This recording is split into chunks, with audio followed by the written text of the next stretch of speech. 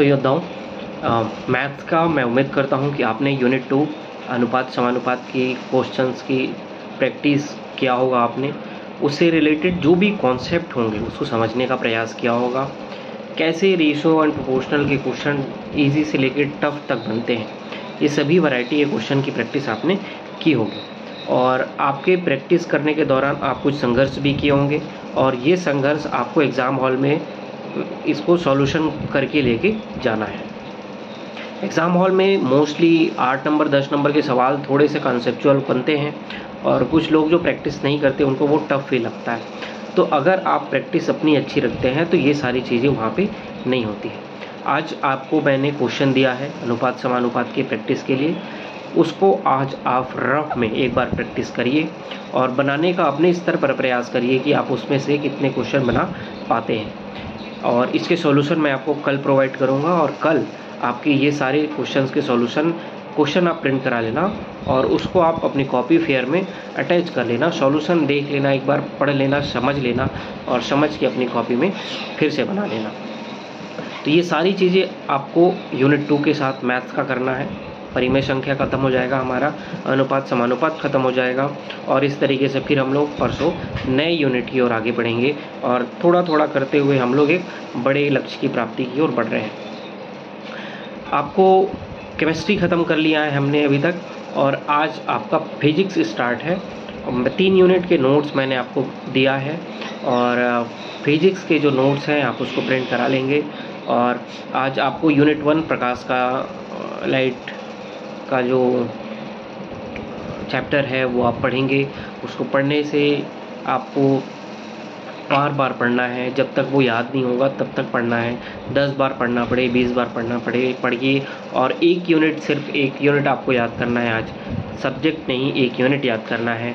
और आज हम लोग एक यूनिट करेंगे। इंग्लिश के रूल्स आगे बढ़ते जाएंगे, 5 रूल और ऐड करिए, 45 रूल तक जाइए।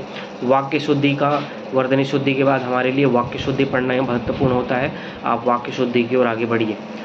अनेक शब्दों के लिए एक शब्द के आप आगे बढ़ रहे हैं। कल मैंने 2 पेज के क्वेश्चन पूछा था, आज फिर 2 पेज के क्वेश्चन आपको पूछ रहा हूँ। आप पहला लिख लोगे कि जो व्यवहार में न लाया गया हो, जो व्यवहार में न लाया गया हो उसको क्या बोलते हैं।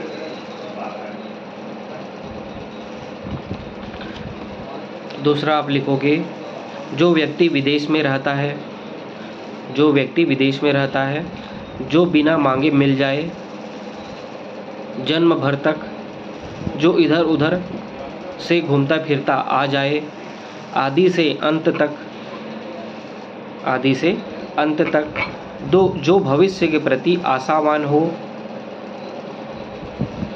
अपने आप को किसी के हाथ सौंपना या समर्पित करना, वह कवि जो तत्काल कविता कर डालता है, जो मृत्यु के समीप हो, जिसकी इच्छा की गई हो, जिसकी इच्छा की गई हो, पर्वत के नीचे तलहटी के पास की भूमि, पर्वत के नीचे तलहटी के पास की भूमि, ऊपर की ओर उछाला या फेंका गया, जिस भूमि में कुछ उत्पन्न न होता हो,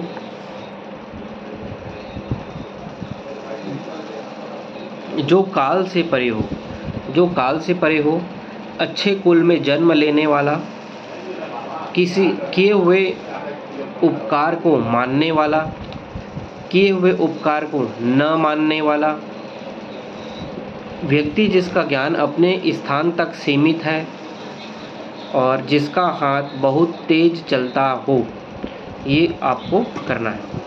इसके बाद आप समुच्चारित शब्द कर रहे होंगे, आप वो भी कंटिन्यू रखिए। एक पेज पढ़िए, आज एक पेज पढ़िए, कल एक पेज पढ़ा होगा आपने, तो एक एक पेज पढ़िए, ज़्यादा मत पढ़िए, सिर्फ एक पेज पढ़िए। और हिंदी करने के बाद आप जब छत्तीसगढ़ी में आएंगे तो छत्तीसगढ़ी शब्दकोश, आप विनय कुमार पाठक सर की जो बुक है छत्तीसगढ़ी शब्दकोश का चैप्टर अलग से पीछे में दिया हुआ है, उससे पढ़िए।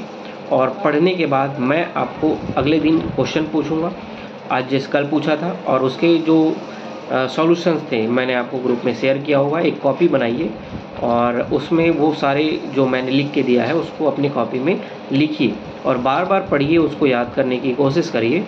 आज मैं पूछ रहा हूँ, इसका आंसर आप लिखेंगे क्योंकि आपने विनय कुमार पाठक की बुक से पढ़ा है, और पढ़ लेने के बाद मैं जब पूछा तो अगले दिन मैं आपको उसका नोट्स दे दूँगा, जिसको आप देख के अपनी कॉपी में लिख लेंगे और याद करेंगे।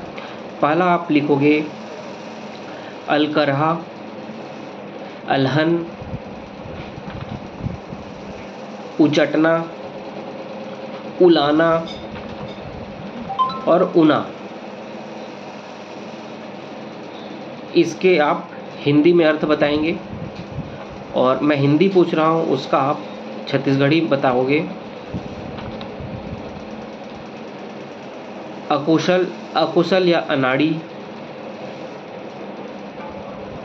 पवित्र या फिर शुद्ध को क्या बोलते हैं, बिना वस्त्र के को छत्तीसगढ़ी में क्या बोलते हैं, धोबी को क्या बोलते हैं, प्रयास को क्या बोलते हैं, अगरबत्ती को क्या बोलते हैं, समाप्त होना को क्या बोलते हैं। ये छत्तीसगढ़ी शब्दकोश आप बनाएंगे और लिखेंगे अपनी कॉपी में, और अपनी पढ़ाई को एकदम व्यवस्थित रूप से लगातार करते रहेंगे और रुकना नहीं है, ये आपकी मानसिकता होनी चाहिए। एक भी सेकंड को बर्बाद नहीं करेंगे और लगातार हम अपनी पढ़ाई में लगे रहेंगे। तो यही रहेगा आज का टारगेट आपके लिए।